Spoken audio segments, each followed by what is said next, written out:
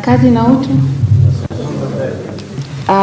Niseme tu kwamba nilivyofika, na kumbuka Mheshimiwa mkuu wa mkoa aliyepita pia alikuwa anasema sana kuhusu miradi ya Kilolo kwamba haifanyi vizuri, haiishi. Kwa hiyo nilichoanza kufanya ilikuwa ni tathmini ya kila mradi.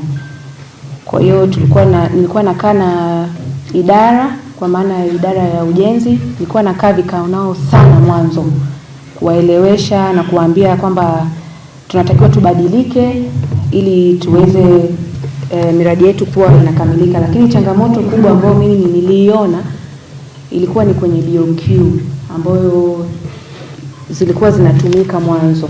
Zilikuwa zinafanya gharama ya miradi inakuwa ni kubwa. Kwa hiyo miradi inakuwa haikamiliki. Kwa hiyo nikawa najaribu kwenye miradi karibia yote tunatumia BOQ ambayo nilipokuwa mkurugenzi ndio tulikuwa tunazitumia hizo BOQ kulinganisha kwamba jamani, kwenye kipengele hichi mbona sisi hapa gharama ni kubwa, mbona huko gharama ilikuwa ni ndogo. Kwa hiyo tukawa tunajaribu kuadjust. Kwa hiyo tulipokuwa tuna adjust zile BOQ, taratibu ile miradi ikawa inaanza kutekelezeka na kukamilika. Lakini kilichosababisha pia mpaka tuna percentage kubwa safari hii kwenye kukamilisha miradi yetu nilianzisha kufanya ziara na timu za management, kwa sababu sio wakuu wote wa division na idara walikuwa wanaijua miradi yote. Ilikuwa ni baadhi, unakuta labda ni user tu ndio ambao wanaijua au engineers na manunuzi. Kwa hiyo tukaanza kufanya ziara, na tulifanya ziara ya kwanza karibia siku 4. Timu ya management tuligawana kwa makundi, alafu tukaja tukakaa tukafanya tathmini kwenye ile miradi ambayo tumeitembelea, na kuanzia pale hali ya miradi ikaanza kubadilika. Lakini pia tuna groups za miradi kwenye idara zote, kwa maana ya kuna group la elimu msingi, elimu sekondari na afya. Zile group kila siku walimu kama au ni waganga wafawidhi huwa wanatoa taarifa ya miradi, nini kinaendelea, wanatuma maelezo pamoja na picha.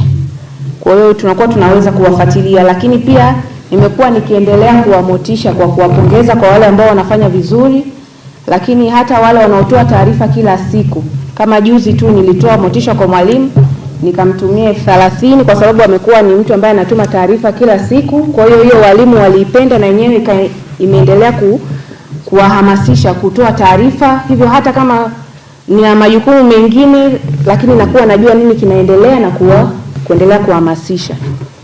Lakini niseme tu, hata jana Mheshimiwa mkuu wa mkoa tumekaa kikao kirefu sana.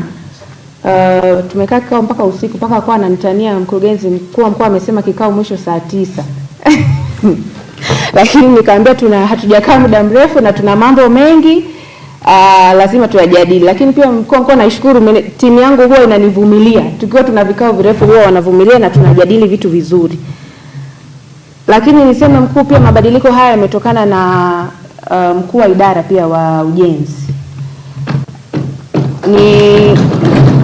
Ni mtu ambaye huwa ananielewa. Nikimwambia hapo Alex, hapo badilisha, hapo fanya hivi, ni anaelewa. Unakuta saa nyingine engineer wengine wanakuwa kidogo ni wagumu. Wanasema hapana, labda mchoro unasema hivi, hapa hivi, lakini yeye huwa ananielewa. Kwa hiyo ni rahisi pia kwenda kufikisha yale maelekezo kwa walio chini yake. Lakini nishukuru pia DC ameendelea kutufuatilia, lakini tumeendelea kushirikiana vizuri na Mheshimiwa mwenyekiti, na niendelee tu kuwapongeza na kuwatia moyo wakuu wa idara kwamba niliwaambia kwamba tutaona mabadiliko, na nashukuru mabadiliko yameonekana. Ni hayo tu Mheshimiwa mwenyekiti, asante sana.